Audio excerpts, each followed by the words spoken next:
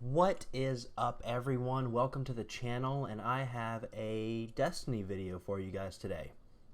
So, really big patch just hit, and it has a ton of good stuff for us.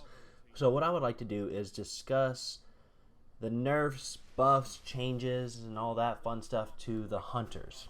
Mainly because I main a hunter, so I would like to talk about it from my perspective and what I've noticed so far. So what I'll do is just start off by listing off all of the changes, and then I will go into what I like, what I dislike, and all that fun stuff. So let's just get right into it. So first things first is the gunslinger. So for grenades, swarm grenade, it increased the arming radius by half a meter. The detonation damage was also increased by 7%. Trip mine grenades, no longer attached to targets. They arm on impact, then bounce and attaches to terrain. Lame. The damage was also reduced by 3% for trip mines.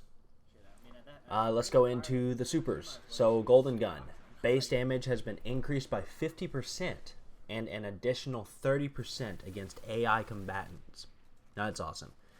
Deadeye now increases golden gun damage by an additional 30%. So that's pretty sweet.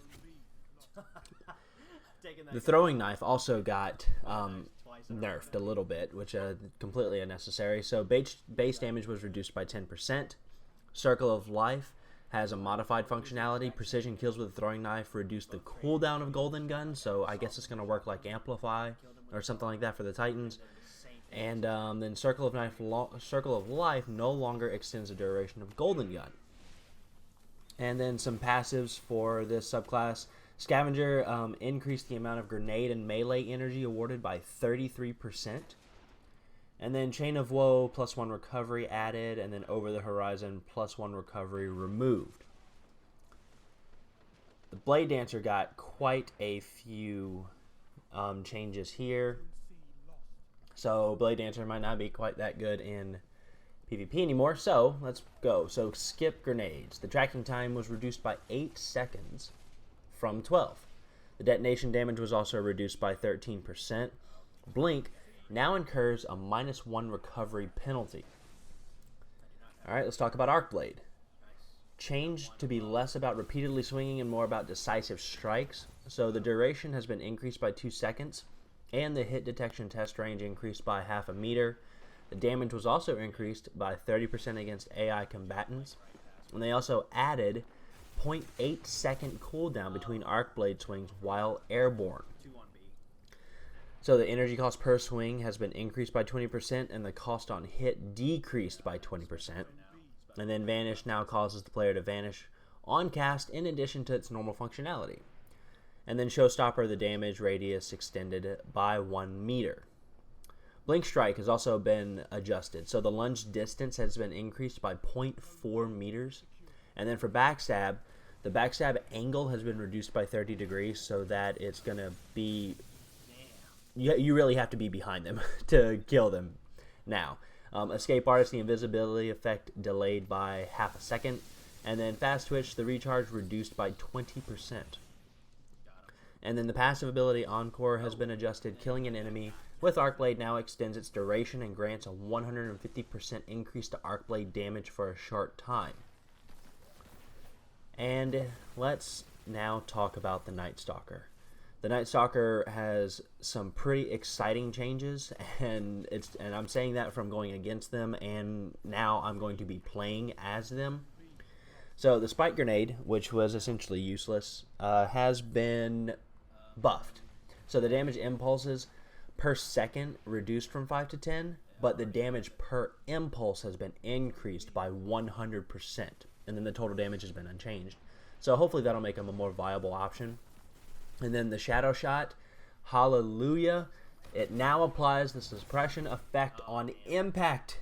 I cannot wait to pull my Night Stalker, dust it off, and actually try that super. I'm so stoked for that, because there's nothing just more upsetting except getting stuck by a fusion grenade that just is magnetized to your forehead.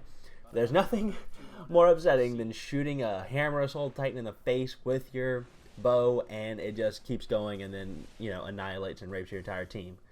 So, that is awesome. Good job, Bungie. So let's talk about changes to the smoke grenade too, because that has had quite a few nerfs / buffs. So the impact damage to a smoke grenade has been increased by 34%, and then the suppression and damage over time has been reduced by 1 second, and then they completely removed jump suppression. So that is fantastic. So you can now have some counterplay there, so that you can, if you get wombo comboed. By the way, if anybody knows why they call it wombo combo, please leave a comment. Let me know. I call it a wombo combo. I don't even know what the hell that means.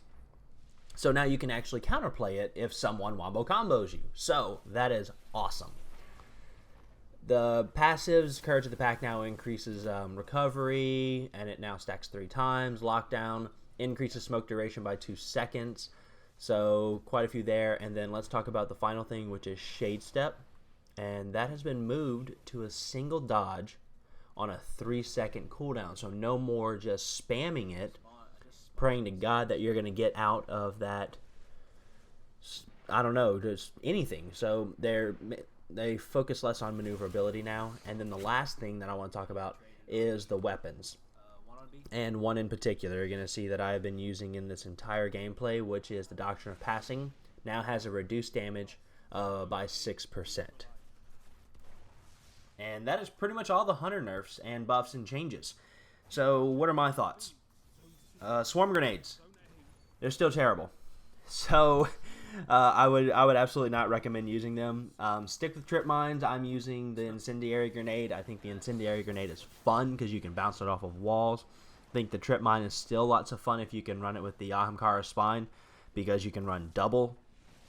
I think that because they now make it so they can't stick to someone is kind of ridiculous, because whenever I use them, I'm not trying to stick them to someone, but I do like to use them as traps, how they're designed. But whenever I did unicorn someone, it was very satisfying because it took more skill than a fusion grenade. Oh my god, I hate fusion grenades so much. Okay, so maybe the next patch they can do something about those damn things, but I'm not going to get my hopes up. So the swarm grenade is still terrible. The nerf to the throwing knife was unneeded, I don't think. Once again, it's very satisfying getting a kill with it. Getting a precision kill with it is a lot of fun.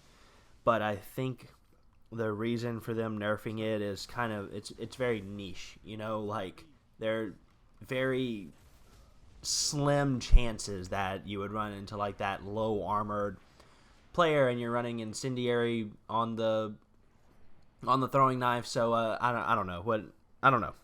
Maybe in their statistics more people were dying to that, but I didn't really notice anything. I never ran the whole incendiary throwing knife thingy, but whatever.